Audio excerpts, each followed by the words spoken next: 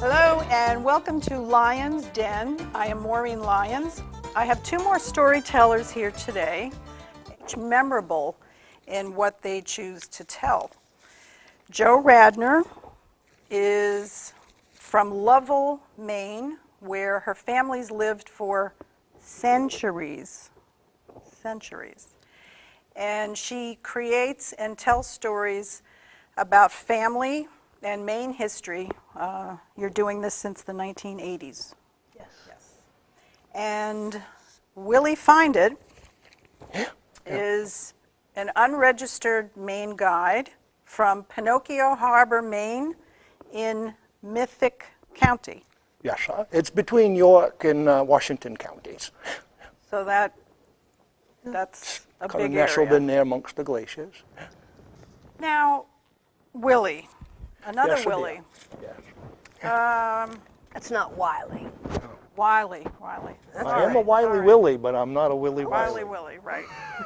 Tell me a little bit about yourself and what you do. Have you ever wondered what it would be like to go deep into the Maine woods? You know, where the fishing's so good, you got to hide behind a tree just to bait your hook. Yeah. Or have you ever wondered what it would be like with a rifle or a camera to shoot a deer with more points on it than a home loan? Yeah, that'd be so exciting too. Or going down a river in Class 5 rapids where your heart gets right up here in your throat. If you ever wondered what it would be like to go deep into the Maine woods for an adventure like that, you need to know, I am not your man. Phindit's the name. Willey Phinedit, Maine, unregistered guide at your service. I like to take people on what I call a mental vacation. Yeah, I'll take you deep into the Mythic County forests for safaris of dust bunnies. Yeah. Or maybe over to Tongue-in-Cheek Island, we could go for a unicorn roundup. Yeah. But today, I've come here for a purpose. Today, we're going to talk about bird conservation. Yeah. And to start it off, I have to do what I always do. Whenever there's a show like this, you know, I don't know if you've ever been to a show when someone's gotten injured. You know, Maureen, they usually call out something. They say, is there a doctor in the house? Right? You've always heard that. Well, this is a quack call. I get them out of the way early on, you see. So we know. So I'm taking care of your safety, you know, your personal safety. Don't seem to be any quacks, so we can go on with the show. Yeah. Well, you probably, as far as birds, you probably have heard this bird before.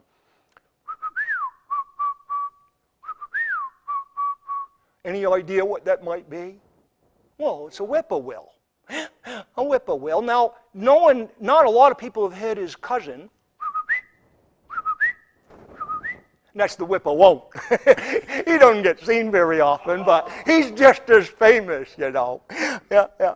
Well, and you know, have you ever noticed this time of year, as this is being taped, it's in the fall, you know, and it's starting to get cold. The days get a little colder and chilly at night, and the animals are moving around a lot.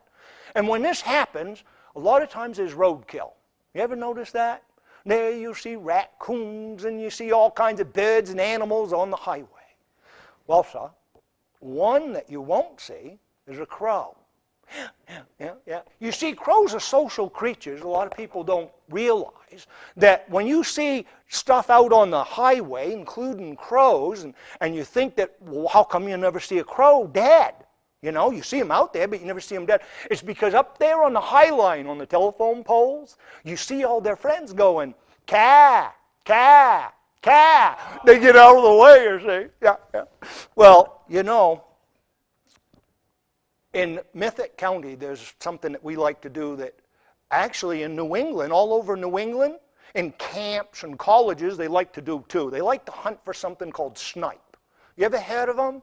Yeah. It's just a little creature, you know. Years ago, you used to be able to eat them. You can't anymore because they're almost extinct. People say they tasted a little like chicken or shrimp combination, you know, but wicked tasty good. Well, what you would do is you'd go out into the woods late at night with a bag, burlap bag preferably, but a pillowcase will do, and a flashlight. You know, one of those 16 battery mag lights, you know, real powerful lights, and you put it behind the bag. Now, as you're putting it behind the bag, that light shines through there, and them snipe. They make a sound, whoosh whoop, whoosh whoop. You hear them in the distance. Well, they see that light, and just like a moth to a flame, they come right into the bag. Yeah. Now, to help you, you get your friends that have been. Anybody here ever been snipe hunting before beside me? I know Bill's been snipe hunting. You ever gone? Well, usually you get family members that have been, and they take you out, and while you're out in the woods holding the bag, they go into the forest, you see, with pots and pans, and they try to drive the snipe to you.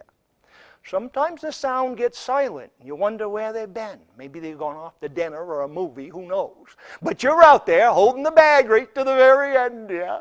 And then as it gets closer and closer, you can feel the anticipation. And once it's in the bag, you catch it, and well, because they're almost extinct, you release it. Yeah, some fun. Sometimes you catch the same snipe over and over because they're not too bright, all the inbred. About as bright as the people catching them, I guess. Yeah. Well, you know, the problem with the snipe not being so intelligent, you know, on the shallow end of the gene pool, you know, in the winter, sometimes they don't make it south. And this happened a couple years ago. Now, last year was a mild winter here in Maine, especially in Pinocchio Harbor. But 2 winters ago, do you remember that winter? Oh my God, it came on fast and furious in October, right before Halloween. Oh, the snow was high and deep. It caught everybody off guard, including them snipe. Them poor little buggers were trying to go south with one wing up, and they weren't even off the ground, and they froze solid. Well, so they were all caught in the snow, just frozen. Well, come January, there's this wonderful freak of nature in the state of Maine. They call it the January thaw. Yes, sir, the January thaw. You have one down here too? Yeah, we have one up there in Pinocchio Harbor.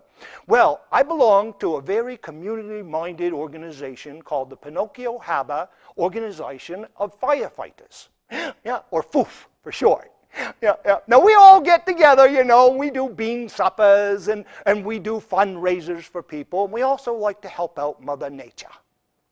So during the January thaw, I was out for a walk, and I saw one of them poor snipe. He'd thawed out on one side from the sun, and he was trying to fly off, but he couldn't, you see, because the other side was insulated from the snow. He was still frozen to the ground. So I called up all my buddies there in FOOF, in the Pinocchio Harbor Organization of Firefighters, and we all got out because we're a community-minded group. You know, we like to stand up for those that are downtrodden or frozen in the snow. And we went out and we picked them up and gently turned them over. And the sun was able to thaw out the other side. And soon, them birds were able to fly off, and they went to Florida, you know, like the Mainers with white hair, those Q-tips that go every winter, you know. And, it was such a good feeling to help these birds out. As such a good feeling, I decided to get out and make a public announcement to everybody that once in a while, you got to get together with a community group. You know, with people in your community that have something to say. You got to get out, stand up, and flip a bird.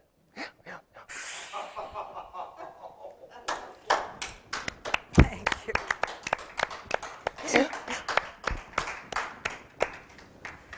Now, you mentioned you're a volunteer firefighter?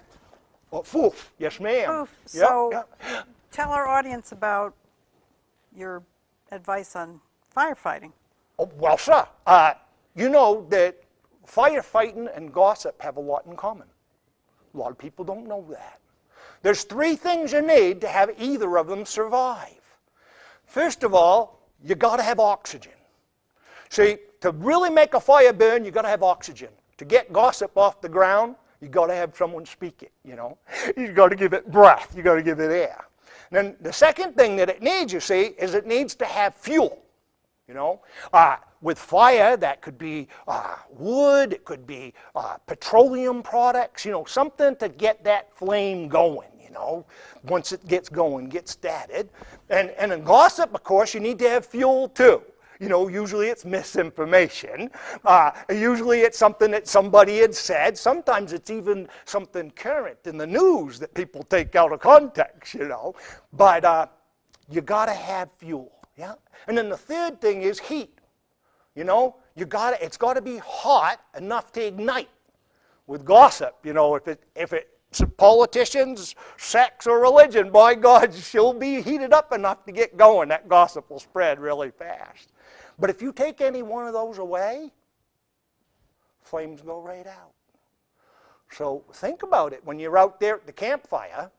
If it gets away from you, take away one of them, it goes out. Gossip. If you hear people talking and spreading news, all you got to do is take away the heat, the fuel, or just shut the hell up. Yep. And that's how you kill gossip.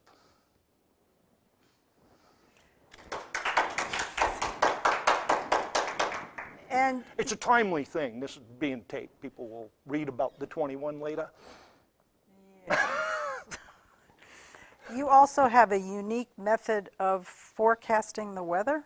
Oh, you know, I don't know if I brought it with me, but I'm going to check. I heard this from someone. You did? Yeah. Yeah, well, you know, let me see, because I usually try to, that's ears, by the way. That's our mascot moose, which we'll talk about later. I have some here. Oh, there it is right there. I got it. Thank you.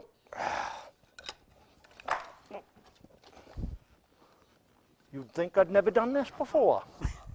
Okay. So this, for those of you uninitiated, is a weather knot.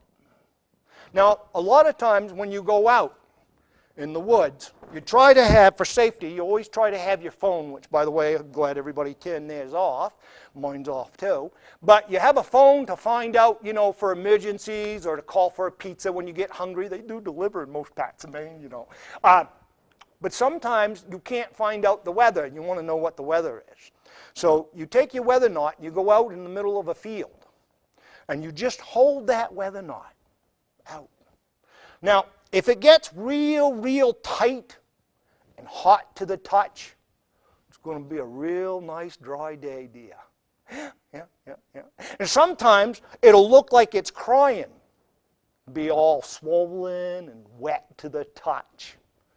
Chances are you might have some participation. No, not participation. Rain. Yes, it might be raining. Yeah. You can even squeeze it to make sure, you know, it'll drip out. Yeah. Now, other times, you might even see on your knot a white powder. Now, you're either too close to a bakery or it's going to snow. Yeah. Now, sometimes you'll see that going, you know, around and around.